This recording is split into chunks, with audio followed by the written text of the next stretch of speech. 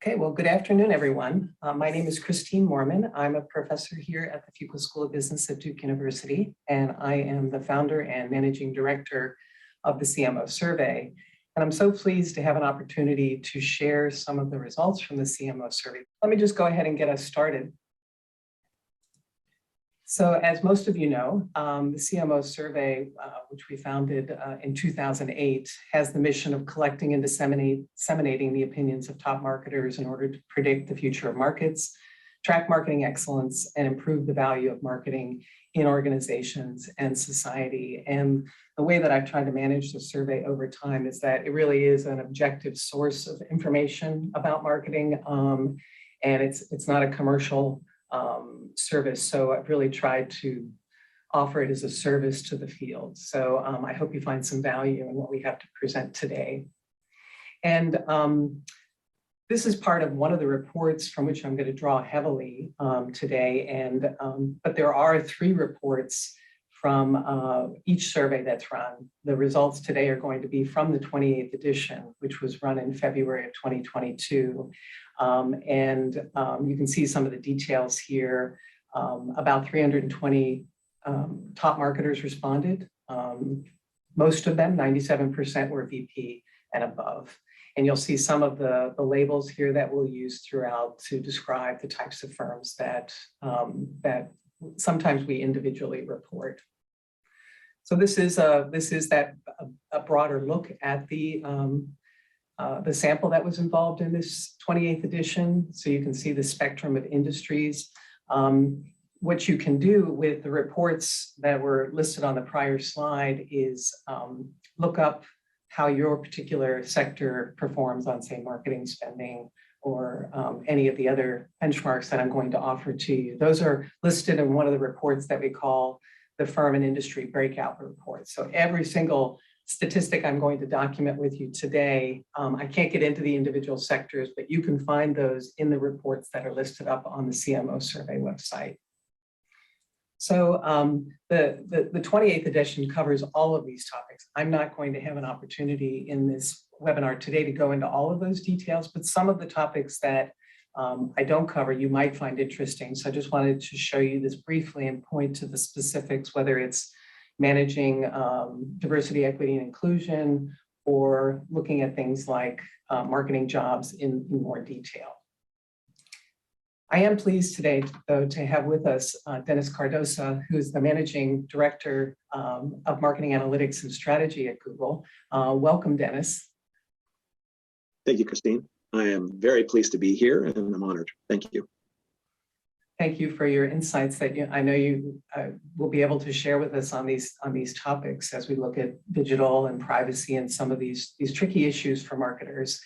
Dennis, as some of you may know, is an 18-year Googler, and as I looked at his bio earlier, I realized, if it could be done at Google, Dennis probably has done it. He has really covered the spectrum of different functional areas, and so I think that's a very nice perspective to have too. And we think about some of these issues around getting digital returns, which tend to involve many different parts of the organization. So I think his perspective will be very useful. So we will come back to Dennis at various junctures during the webinar, but I wanted to just briefly introduce him to you. So thank you, Dennis. So this is the agenda that I chose for today. We're going to go through an array of marketing benchmarks, and this is usually where I get most questions from marketers that write to me, and people asking, could you ask this question or that question? We'll look at managing digital marketing returns. We'll briefly cover the topic of metrics and the types of metrics that marketers are using, looking at managing privacy. And then we'll have a moment at the end where I want to turn to you and ask you for input on the types of questions or topics that we might want to address in future surveys. And you, of course, can ask questions throughout the survey. You can put those into the Q&A tab, which I need to make visible. That's one thing I didn't do, is to make visible on my screen, but we will make that visible, and you can add those. And when we get to those junctures, then I will have an opportunity to ask your question, and we'll try to answer that. So let's go ahead and jump into this issue of marketing spending. And And again, this is an area where many people ask me questions. So I thought I would just literally waltz through these metrics that I think are so important for marketers that help them understand, how are they doing on marketing spending relative to the rest of, firms that are out there. So this is a metric that you can see we've been asking for at least a decade. This one may actually even go back further than that. What percent is marketing expenses of your company's overall budget? And then what percent of your company's overall revenue? And what you can see is that these numbers are actually pretty consistent over time. And we've seen some movement. During COVID in particular, we saw movement in particular on revenues. My guess is that's because revenues actually dropped for most companies, so that percentage lifted. But what we see there is a pretty consistent view. Now, these do vary by sector. So if you're in tech or if you're in pharma, you may want to look up exactly what that trend is for your particular sector. But these are average at the aggregate level over time for this last decade. And then again, just a quick view on maybe the way in which some of these vary. We'll have a few breakout slides where you can see that how companies of different size, which we might measure by the number of employees or the revenues, how they vary in terms of marketing spending. And it's interesting that the smaller companies appear on average to spend more on marketing than the larger companies as a percent. And the companies that sell more over the internet also tend to spend more as a percentage relative to those that don't. And B2C product companies in particular stand out here. They typically tend to spend the most on marketing. So this is no surprise in terms of these figures.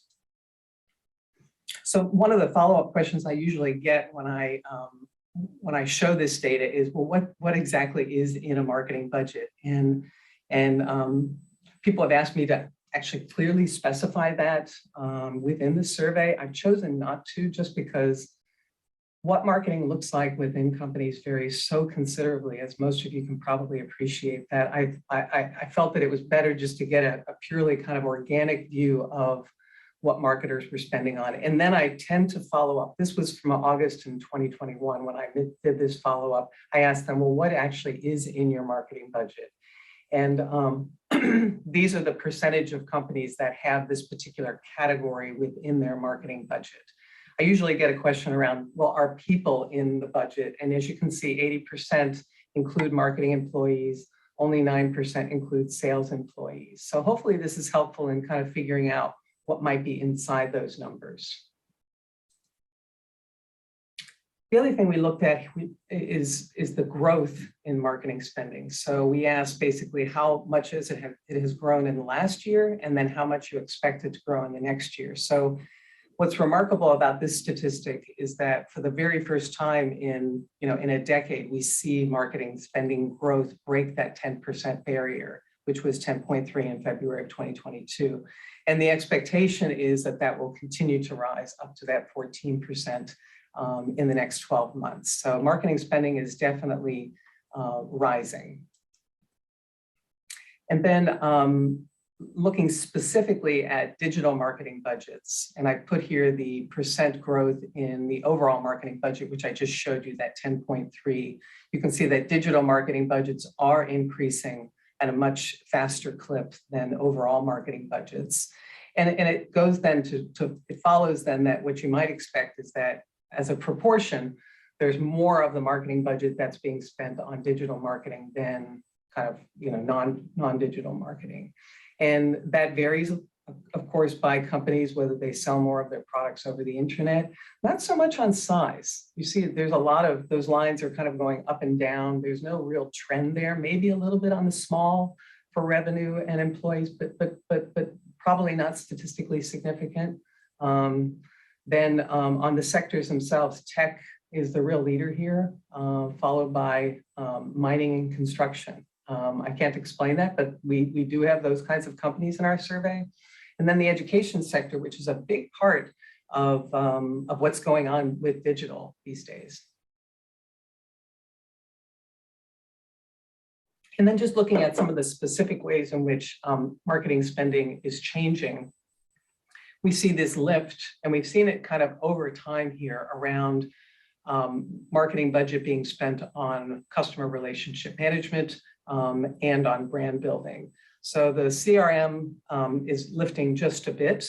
Over time, it is definitely lifting. There's slope there, but we see a much bigger lift around brand building. And we'll come back to that. And I know Dennis has some comments about that.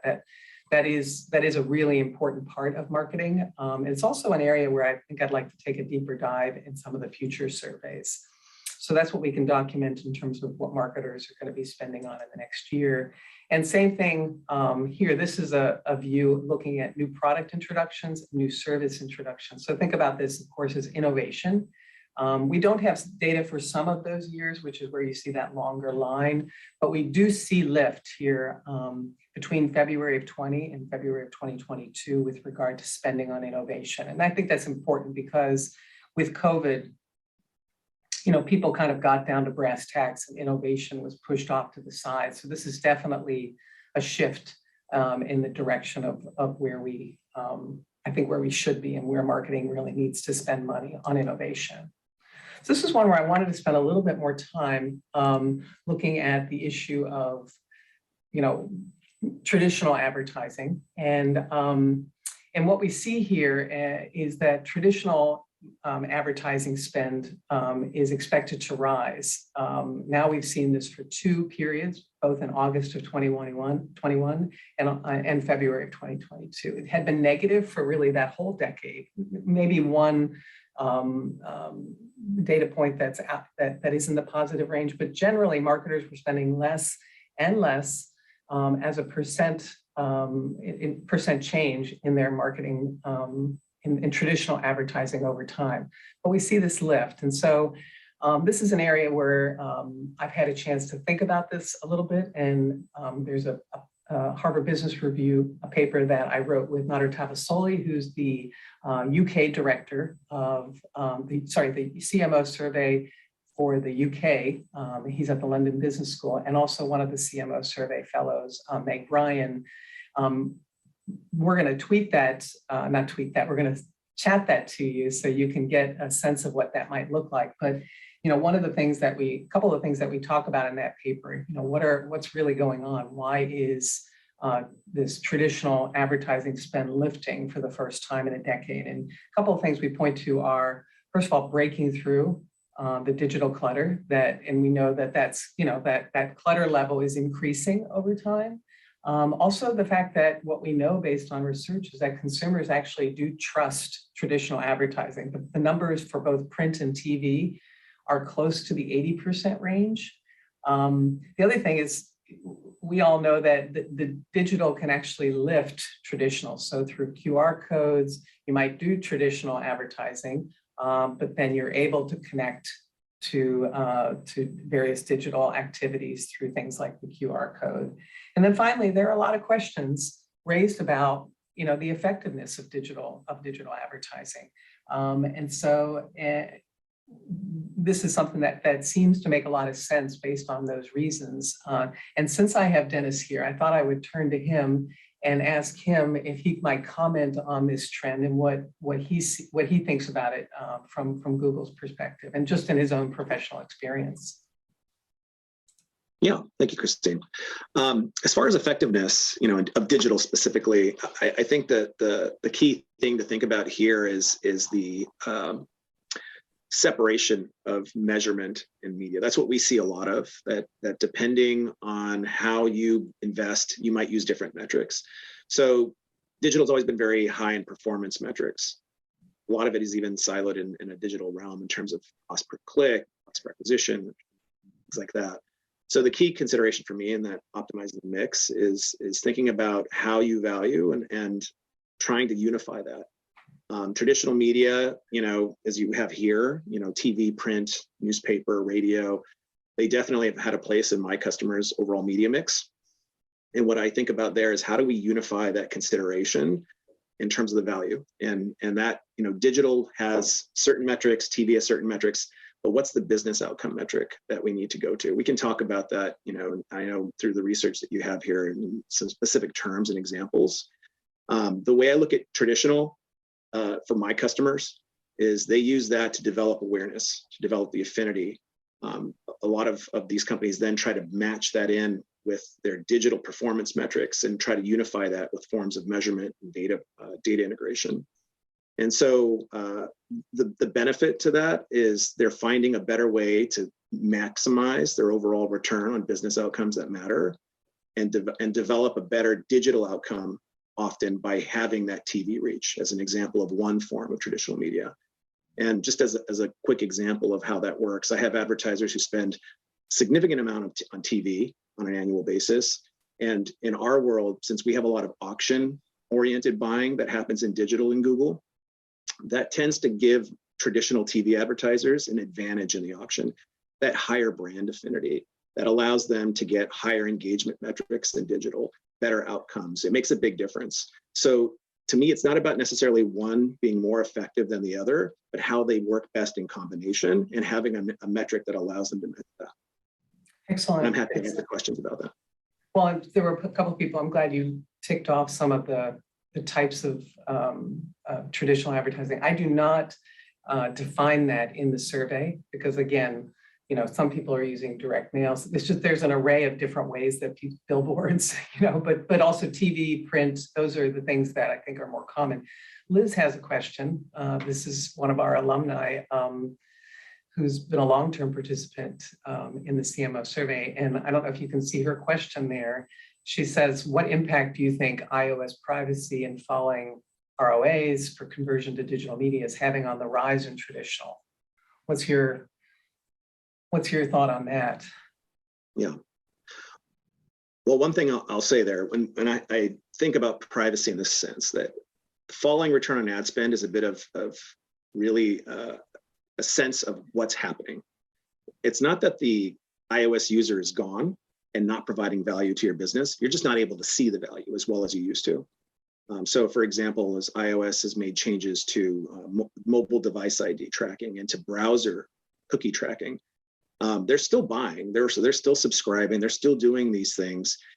What you have to do is evolve the measurement to be able to see that as much as you can. And then where you can't see it, one thing that we have a lot of our advertisers leveraging, and that's getting to some of the other research you have, Christine, on marketing analytics and data integration and what sort of things they're doing there. They're automating, they're using machine learning to try and fill gaps, doing a little bit more modeling based on the observed behavior that they can see. So for iOS as one example, what you can see from those users, you take that and extrapolate and use the modeling capabilities of whatever platform you have. It can be in-house, it could be through third parties, it could be through multiple partnerships that you have. It's about developing a more robust and a mixed sense of measurement to see the gaps. And so return on ad spend to me may have shifts in the interim. You'll develop new measurement practices to deal with that. And then yes, you might try new media approaches. You might go back to certain media that you used to use more of to see how all of these different media mix models work best to get to those business outcomes that I was talking about earlier. Excellent, excellent. Thanks for the question, Liz. So let's go ahead and move on, and appreciate that, Dennis. Let me just show you a few other, just real quick. This is an overview of everything I showed you. And I put this slide in here because I wanted you to see sort of that traditional advertising shift that we were just talking about. It's pretty small compared to what's going on in these other areas. But it's interesting too. And to us, it was actually pretty surprising. So that's why we had a chance to write about that. So the other thing that I asked for the very first time, which I was very excited to see the answer, because this is something that you see marketers debating all the time. Okay, for my budget, how much should I be spending on acquisition versus retention? And we just have never had this type of benchmark before. So when we asked basically people to divide that budget in terms of the percent, what we see is that, and you can see that spectrum along the bottom. So there's a fair amount of distribution here, variance around this allocation. And in almost 23% of companies, they're the same. But on average, what we see is that companies are spending almost 15% more on acquisition than retention. Dennis, we didn't talk about this, but to me, actually, I've been surprised. I hoped we wouldn't see this result because a lot of if we think about profitability, we think about managing those long-term relationships. Retention spend is so important. So why do you think we're getting this metric showing up the way that it has in the data? Yeah, I'm not totally surprised, to be honest with you. I think in terms of my engagement, in my practice, in our business, we have about 500 customers, marketers that we consult and we help support with data and measurement practice. Acquisition tends to be a focus. It's building market share. It's trying to generate new sales, or even repeat sales, for newer customers. Retention does happen, but going back to Liz's question, when you start losing view of user, some of the in the digital realm, some of the practices we've used to basically go back to existing customers who've done existing actions, that gets challenged a bit more. When we use cookies or device IDs to go back to somebody that's already interacted with you and engaged. So then people start to lean more towards acquisition because it's tried and true. They know it, they can do it, and it's not as dependent on trackability. I think this right now is then where marketing analytics is going, where I saw your research going, is using your own data better as a marketer. So your own first party data, working across your organization, understand the full customer journey is going to allow you to get better at retention and using multiple channels to reach people who are already customers. And that's something that I don't see marketers doing well enough yet. Some very sophisticated ones are getting very good at it, but they're still, in general, the majority are still developing an idea about how to use more of their existing customer data to improve retention and avoid the cost of losing a customer, which tends to be much higher than the cost of acquiring somebody. So we work a lot on that. And I think that's something that I've seen historically, but I do think this is the opportunity now with some of the privacy disruptions that we actually have an opportunity to improve retention plays. Excellent. That makes sense. And that's a very nice connection to where we're going. So we will definitely come back to this topic. Thank you. Just one other question, and I know there are academics in the audience too, and this is something we think a lot about because often firms will report R&D spending, but they won't report marketing spending in their financial statements. So, but I also know that marketing is competing, for budget within organizations. So just thinking about, where we are marketing relative to R&D, I think is interesting. And important for marketers to keep in mind as they benchmark themselves against different functions. So what you can see here is that this is an even wider distribution. There are a lot of companies where R&D is a much bigger piece of the pie, that 27% on the end. On the other hand, there's a set of companies where marketing really dominates. And I think we can think about who those companies might be. But on average, we see that R&D budgets are about 7.2% larger than marketing budgets. So that's something to keep in mind as you think about managing your budget and how much you need to be asking for. And then maybe just quickly 2 slides, just looking at people. We've been tracking marketing jobs, and I thought I would put in here 2 slides on sort of what's happening with marketing within organizations around people and the functions. So this one looks at the growth and the size of the marketing organization. Again, digital companies there at the bottom, those pure plays, they're growing at a much faster rate. And what's interesting is that now we're a B2C product, which tends to be sort of the high flyer in terms of marketing spending. They're not spending on people. Presumably, my guess is because they're already there. And mid-range companies seem to be spending a little bit more in this case. So again, just kind of thinking about that. And then finally, when we think about the role of marketing, one of the questions we asked for the very first time in a special edition of the CMO survey that we ran there in June of 2020 in relation to COVID was, how has the role of marketing changed during the last year? And what we see is that that there was this big shift there in June of 2020, but it has not relented. That marketing seems to be consistently growing in importance over time. And obviously we don't have exactly the same participants in each survey, but I think this is encouraging. And I think it points to the way in which marketing can and probably should interface with all of the digital opportunities that COVID really did bring to most firms. Okay, so I think we had enough Q&A, and I'm looking at the time, so I think I'm going to move us forward and go into this issue where we've been kind of tapping on the edge of it in terms of managing digital returns. And so let's go here in terms of looking at the digital marketing transformation. And this is something that we asked it in the survey, and we basically asked, where are you on that journey? And what you see is that companies are still, despite the fact that they're making progress, there's still probably too many companies stuck in that kind of emerging phase. And what we hope to be able to get to is to see digital marketing activities much more integrated, much more institutionalized within organizations. We want to see the numbers basically on the right side of this, the slide lift.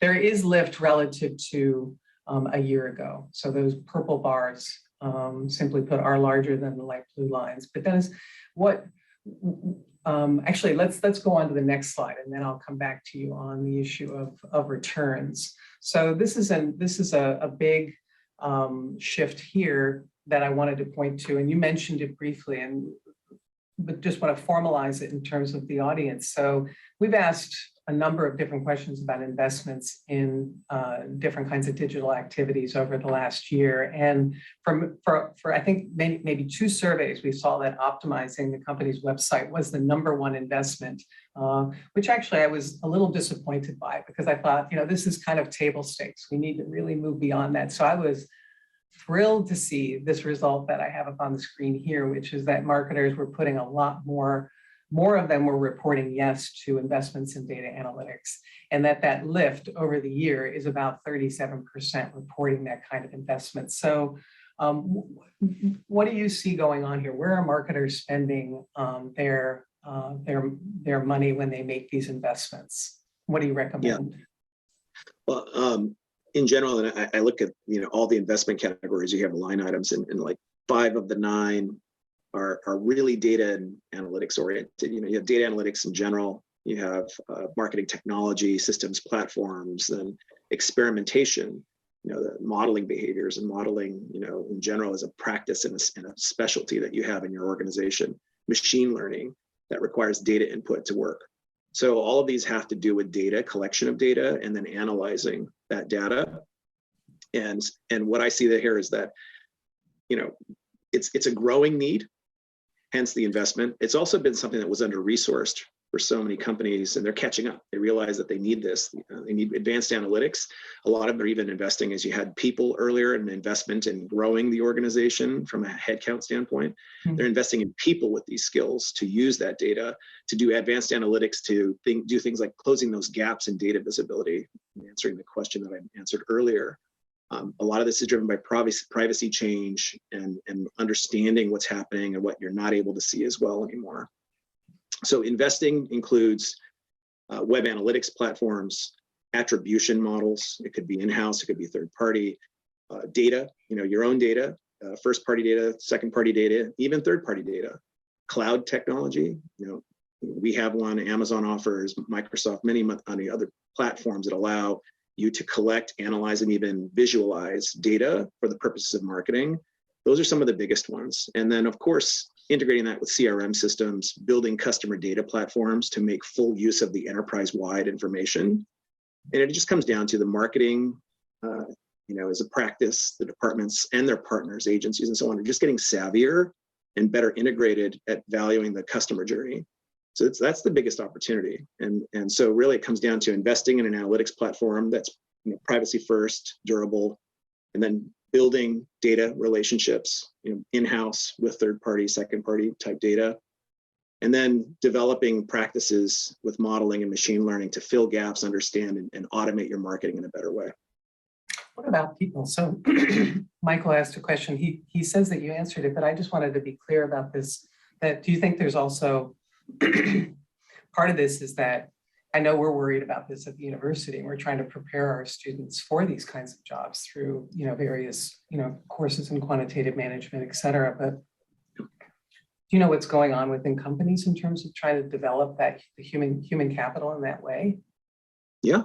You think about, if you look at companies like Indeed and others who provide insights data, LinkedIn have fantastic data on the changing skill sets. I was looking at LinkedIn's chief economist report not too long ago, it was maybe a month ago, around how skills have changed, even have been accelerated in the last 2 years with the pandemic. And a lot of it in this realm came to entirely, like 24% of skills in marketing have adapted to become more analytics driven, to become more measurement oriented.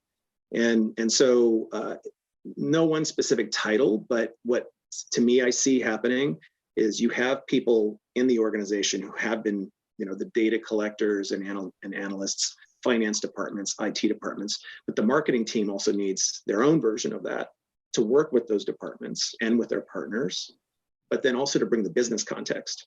It's very easy to have an academic view or a financial point of view on something, but then when the market, the audience or the cohorts you're trying to reach, the profile of users that you're trying to influence, then you can take that data, those analytics insights and develop them into better strategies. So marketing is just investing in people who know how to bring the business context to the information that they've been collecting.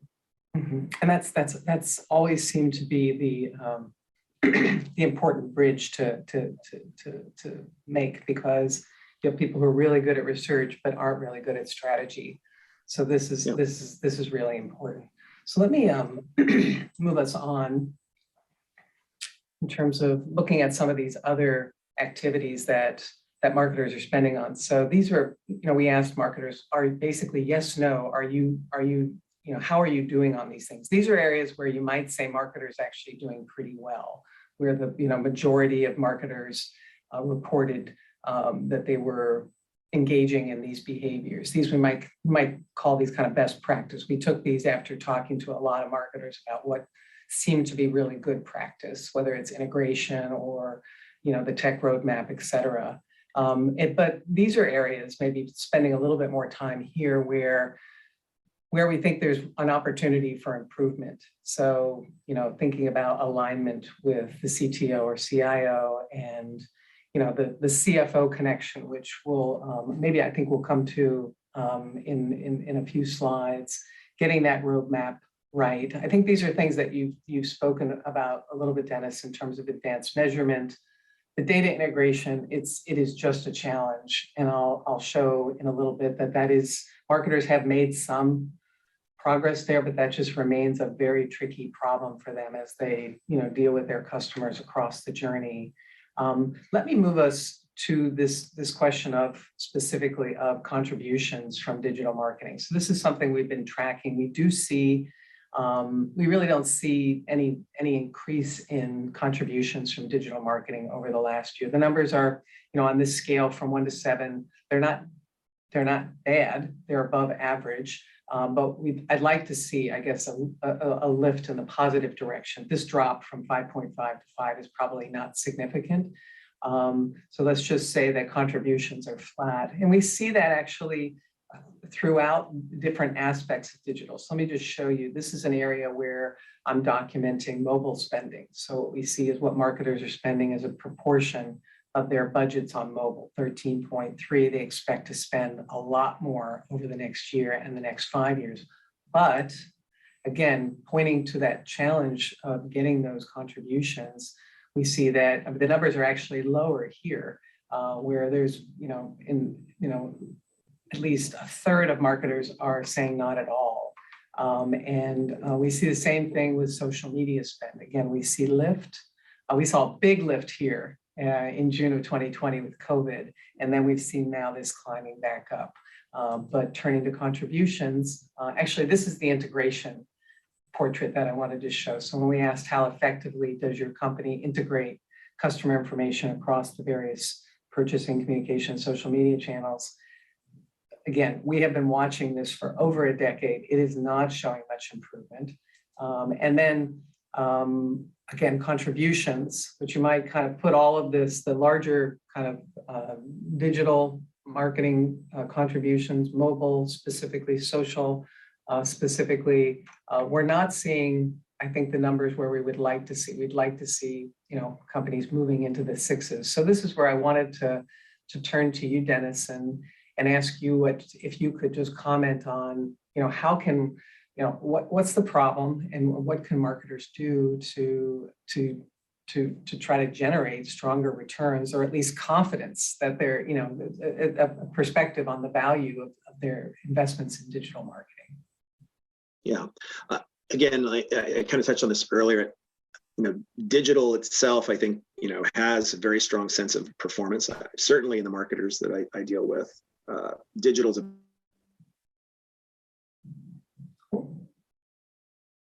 We lost you there for a bit, Dennis. You froze. Hang on just a sec. There, you froze for just a sec. Let's see if I think. Okay, you're back with us. Yeah. Okay, sorry about that. No problem. Going back to the point I was making was around digital has value in and of itself. It's been a massive investment, as you saw in your own research. It continues to increase at double-digit rates because it has a strong return on investment. As the customer journeys have become more complex, I saw there was a question in the chat earlier around what is traditional. It's becoming obfuscated. There's multiple fragmentations of how you consume. Let's just say television, traditional television media content has become available through streaming, through different types of over-the-top devices, and also obviously the television. And so how do you make sense of all that? And I think as you start to, spread out your budgets, making the most of your digital, is difficult. In your own research, as you're going through, there's social, there's mobile, more and more digital is going mobile. Cross-device becomes a critical piece to this. Each industry will have its own flavor. As an example, in B2B technology, enterprise technology, mobile behavior is present, but it doesn't have a clear, attribution to an outcome, but it is an influencer. And so it's that trying to make those connections and tie it back to overall behaviors and also value in the customer journey is what's key. And I'll say one thing, I think that the biggest reason for maybe this sense of like, how do I get more out of digital, or why is it not performing as well if it's like a mobile focus? It gets back down to that question or point I made earlier on operating in silos. I think the role of the CMO and the marketers and the organization is trying to eliminate the silos, work across an organization, and have unified key performance indicators so that they can see the full picture with digital included. And that then allows them to think about how to better use the data, develop data strategies within their organization that can create better marketing programs, have an organization-wide development and sense of value of the customer experience. And I'll give one example. Did some research with Bain & Company. It was just published this year. And this was B2B technology firms. And what they found in the research was that the marketing department and the sales departments weren't really coordinating very well. And just like your research showed, the integration was lacking. And if you think about digital behavior, more and more buyers are online. They're actually informing themselves about a particular company, product, or service well before they engage the sellers. And so despite this, the sales and marketing teams were failing to use that information to develop joint integrated pipeline management and nurture marketing to make the most of it, because the digital behaviors, even if it was mobile, was a valuable qualifying signal. They just haven't figured out how to bring it into the sales pipeline. And so I think that's an example from research that we've done that allows us to think about how do you get there. We spend a lot of time in my team consulting companies on thinking about how to use signals that we have along with the data they have on their customers and providing a broader long-term strategy to keep developing that connection of the full journey. Let me ask you a follow-up question about experimentation. So you sort of nodded in that direction earlier and applauded that. And I just think that I would love to see those numbers in the 90% range, because an experiment is probably the best way to be able to, to draw attribution from your marketing, your digital marketing spend. why don't you think more marketers are doing that? And also experimentation of what I would call like that really important strategic type, not just whether people like, yellow versus blue. The more sophisticated marketers are definitely increasing that practice. That's part of the investment in people, or people with that background, statistical modeling, to not only test, but then to figure out what kind of test, what kind of model, what kind of data, and even sift through it, keep iterating and developing. And so they realize it's important to do as a practice. I think also the last couple of years in particular have made it even more important. There have been massive shifts in user behaviors and consumer behavior. There's also been major shifts in terms of what is sales. If I was for example, a retailer who dominated, in terms of in-store sales, but suddenly I was not having people come in store as much. You had to adjust. You had to think about buy online, pick up in store. So going back to those R&D investments that you see increasing, it's about thinking about how do I transform my business to adapt to change in the market or by users or consumers. And so the experimentation is the way to keep evolving it, to think about more now, here and now, what's working, what's not, because you really can't depend on a econometric model like MMM right now, because the last 2 years may not be indicative of what happens next. And so you need to have experimentation to keep it fresh, to keep it accurate, and hopefully over time, keep feeding that media mix model to get better and better. Excellent, excellent. Love it.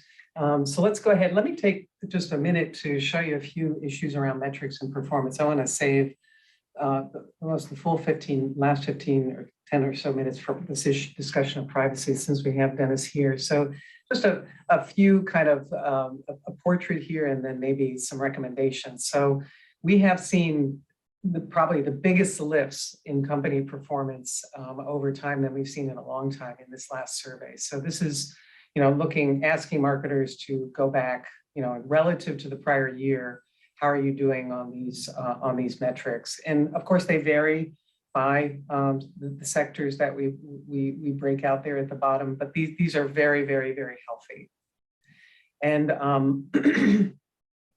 just a couple of points here that we get into in the prior survey around working around marketing budgets and using metrics. So these are some of the things that we found in the survey, and I'll just point to maybe a couple of recommendations on what marketers should be challenging. One is this focus on short term, because that's not, marketing can achieve short term, it should, but its real benefit to organizations is that long-term effect.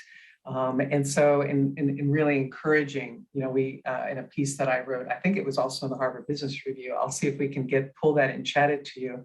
We wrote a piece called the Case for Business Patience. And it really goes at this issue of encouraging, non-marketers, especially the CFO, to be more patient for that long run effect, and to think about marketing more as an investment. And so I'll just leave it at that. But I think those are important. And that article will get into some of the more of the details that you see here on this slide. And this points to the fact that we are seeing a slight rise in alignment here. Again, I'm not sure that these are statistically significant, but how well aligned marketing and finance leaders are. So this seems to be somewhat of an improvement. But what I really wanted to focus on with this, and I probably could have just stayed here in terms of this seems to be the most important and sort of surprising result from the prior survey, which is that we asked marketers, how consistently do you use the following metrics? And what you see here is that marketers, kind of on the left side there, that the most consistently used metrics are, sales revenue, digital web, mobile performance, lead generation, content engagement, lead conversion, all really important. But what's missing are some of the things on the right side there, especially around brand equity and customer lifetime value. That these are things that I think are really problematic for marketers. If we put our emphasis only on what's going on the left side there, I think that's an issue. And we're going to chat a piece that I wrote for the Harvard Business Review that looks at essentially trying to manage that metrics roadmap. And what we argue there, I'll just give you the thumbnail view, which is that marketers need to take on these broader, longer term metrics like brand equity and customer lifetime value, these forward-looking metrics, and also metrics that really do have a strong connection to the bottom line, and are operating more at that enterprise level if they're going to communicate their value within the organization. If it's only just about engagement, if it's only about what's going on at the campaign level, that really limits the way that marketers are communicating their value to the organization. So yes, we need to do the stuff on the left, and we need to think about campaign and net promoter score, things like sales and satisfaction, but we should be lifting, as we talk about in the article, towards the brand, also towards the measurement of things like capabilities and other enterprise level impacts that marketing can have. So let's move on then. I'm gonna skip over. Please put your questions in there. I think we've answered all the questions that are listed, except for Victor. I'm gonna come back to you at the end. So I want to turn here now to these questions about privacy. I think we have some some surprising results here that I thought would be useful to share. So one is when we asked marketers to report on, given the decline in third-party data that's coming, some of it's already happening, where will they put the effort? And so if you look at the blue lines in particular, where will they be investing? Do they expect these numbers to increase or decrease or stay the same? So we're reporting in the blue lines where marketers are going to be putting their emphasis. And what you see there is that the emphasis will definitely be more on first party and second party. And just put a little definition there at the bottom for second party, that these are data you haven't collected yourself. Maybe you're getting them through some kind of an arrangement that you have with a partner or through some other means. But what we see is marketers are definitely putting the emphasis there. And then looking at what marketers are also investing in terms of stronger data strategies and innovation. Those two, when we asked in the wake of third-party cookies disappearing, what actions has your company taken? Those two really rose to the surface, and there's a considerable drop-off between that creating a stronger data strategy to capture better information and investing in innovations versus the rest of those activities. So a lot of focus there by companies, and so mentioning that is important. And then building trust, because this is an issue. Obviously, this is a big issue. We mentioned it earlier with regard to digital marketing and versus traditional marketing. So what actions, if any, has your company taken to increase the trust of your brand in the face of these privacy concerns? So again, some of these are on the higher side, so promising not to sell information, asking for consent, investing in technology infrastructure to reduce breach likelihood, and increasing the trust in your brand reputation. But none of these are soaring. So I wanted to just take a second, if I could, and turn to Dennis and ask him, what are your thoughts on, these questions or other things that you're finding in terms of what marketers should be doing in the wake of third-party cookies disappearing? What do you recommend around first and second-party data? Yeah, looking at this slide too, I can touch on both, but in terms of data collection and types of data, to me, this is really getting back to that organization-wide data strategy. Like, what do you have? I think that's the most exciting part of this is marketers have lots of information, and there's so much untapped data and information they can use for their marketing purposes. So basic recommendation, I can say is we have a guide on our Think with Google site. It's a marketer's playbook for delivering performance and privacy. Has lots of great examples, has cases in there and ideas, and it's agnostic. It's just really about generally what strategies can you pull. For first party data, getting that data plan together. What data do you have in your organization that has strategic value and that you can use to improve your marketing, acquisition and retention, as we were talking earlier. And the key thing there is, how does it keep evolving? And the thing to think about is, what are the strategic value exchanges that you can have with your customers that allow them to share more information and get something back for that and develop that relationship over time. And one example in there, one case that in that guide that I just mentioned that was great is Walmart. In the last couple of years, they've done a lot of work on developing the Walmart Plus loyalty program.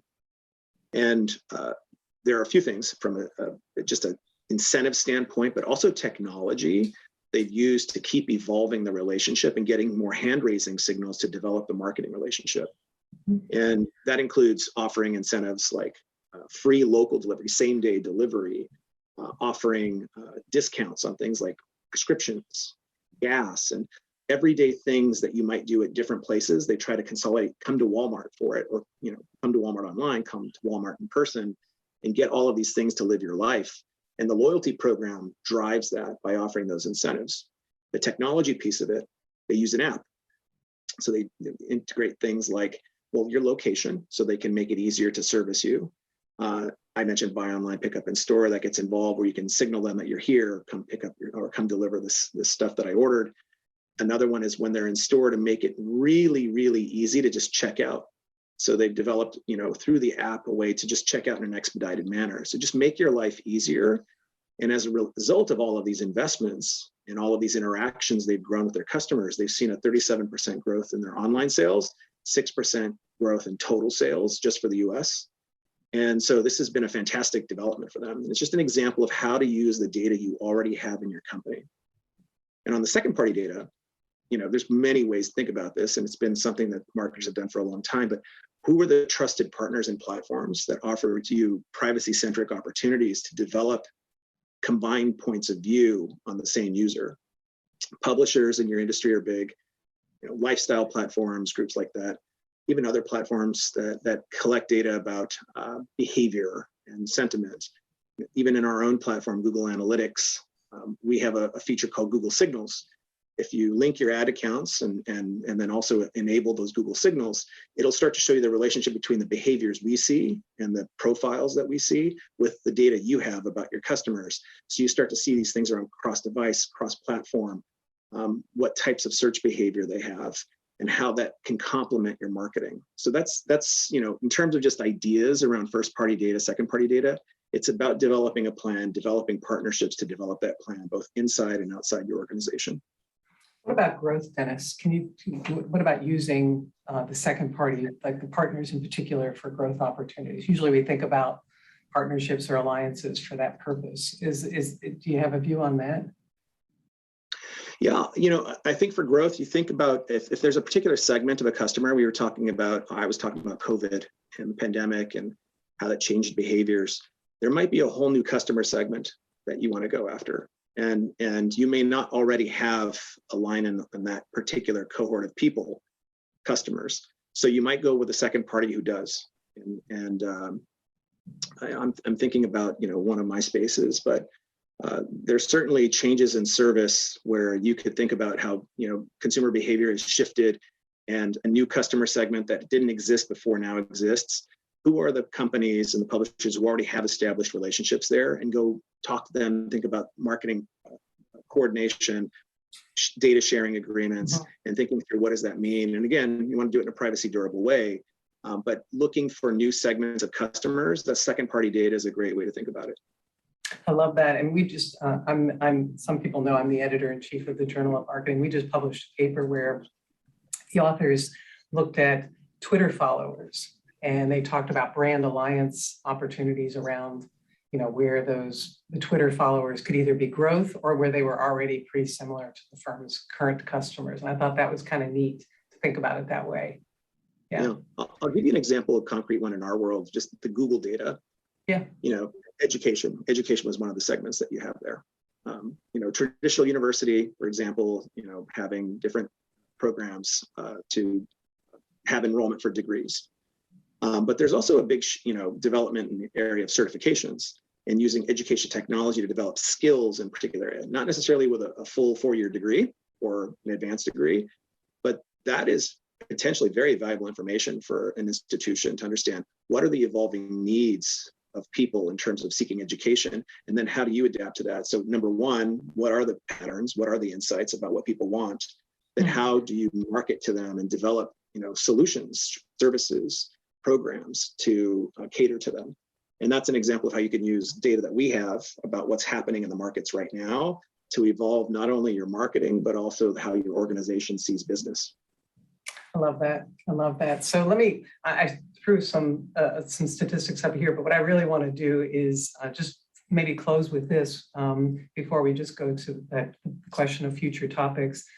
So marketers, we see this here, that only 38% or so believe that customers will switch that they're loyal based on privacy. And then we also see a relatively negative view, or at least not optimistic view about the value that customers place on privacy, that marketers don't, think that, that privacy will affect how consumers think about their brand or stay loyal to them. So, and you can see the rest of these in terms of the audience that's with us today, but we can see marketers just don't have a very positive view about the payoffs of investing in privacy. So what does your research show in terms of how companies are responding to these privacy initiatives? What do you recommend here?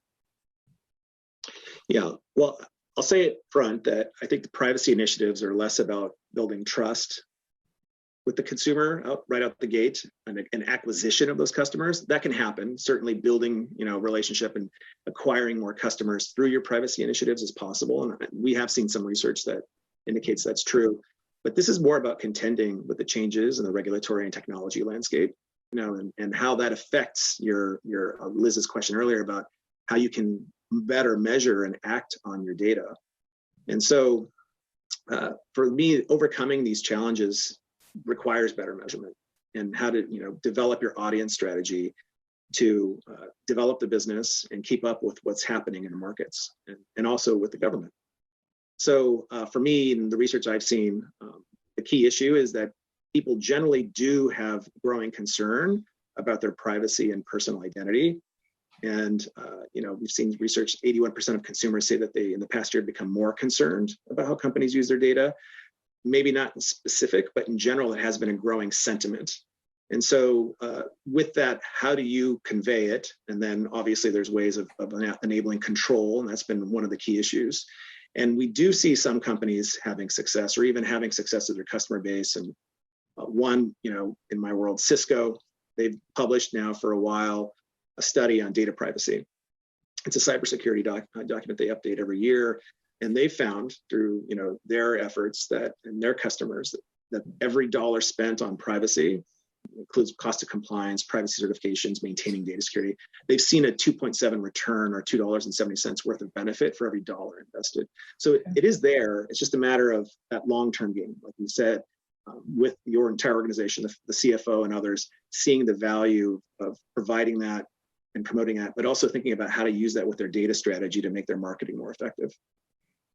Excellent, excellent. Well, let me turn us to where I want to end, which is I'd love to get some input from the listeners with regard to topics and questions for future surveys. And Katie Hinkfest and Jana Solo, my CMO Survey fellows, are standing by to collect those ideas from you. So if you want, just put them into the Q&A. And then we will collect those and consider, because we're putting the survey together for the summer right now. So we're always looking for fresh questions and ideas, and I would love to take your input on this. Let me go ahead and do this. First, let me, as the audience is putting some of those questions into the Q&A, and I see some things coming into the chat maybe as well. So you can use if you use the Q&A, I'll be sure to see that. I'll see all of it, but the Q&A tab is up for me in front of me right here. So maybe a couple things. First, to thank Dennis for taking the time to participate in this session with me. I'm limited because I'm here within the university. I'm not out there, in the trenches working with marketers, and so your perspective on these topics has really been valuable. So thank you so much for taking the time.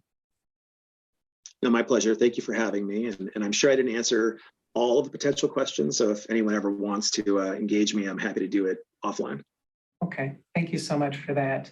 And then maybe two final things. First, Victor, I see your question up there about the role of marketing. That's a topic that I have dealt with in prior surveys in a lot more detail. We did ask some questions about titles. CMO still does tend to be that sort of dominant title, not in all companies, of course, but if is a proportion of titles used, that's the one that we tend to see the most. And I think it does say something about the types of companies that use that title versus not. So if you like, you could write to me privately, and I can see if I can direct you to that particular survey, which I can't remember off the top of my head. But let me go ahead and just turn here. And first, as I close, let me acknowledge the support of my partners, which are Deloitte and the Fuqua School of Business, as well as the Coach K Center for Leadership here in Durham, and the American Marketing Association. We do have a survey coming up in August of 2022. If you have not signed up to participate, in the chat, you'll see a link that will take you to where you can sign up, and then we'll send you that survey. Or if you know someone that you think would benefit from participating, please share that link with them. And then also, if you're interested in any of these reports, they're all made free of charge to all marketers everywhere around the world. And there is a set of UK results. If you are a UK marketer, you can look those up as well. You'll find a link to the UK page on my CMO survey page there. So all of the results, including those broken out, are provided there on the link that's in the chat. So I'm going to go ahead and close. Thank you so much for taking the time to attend, and I'll be back in touch in August. Take care.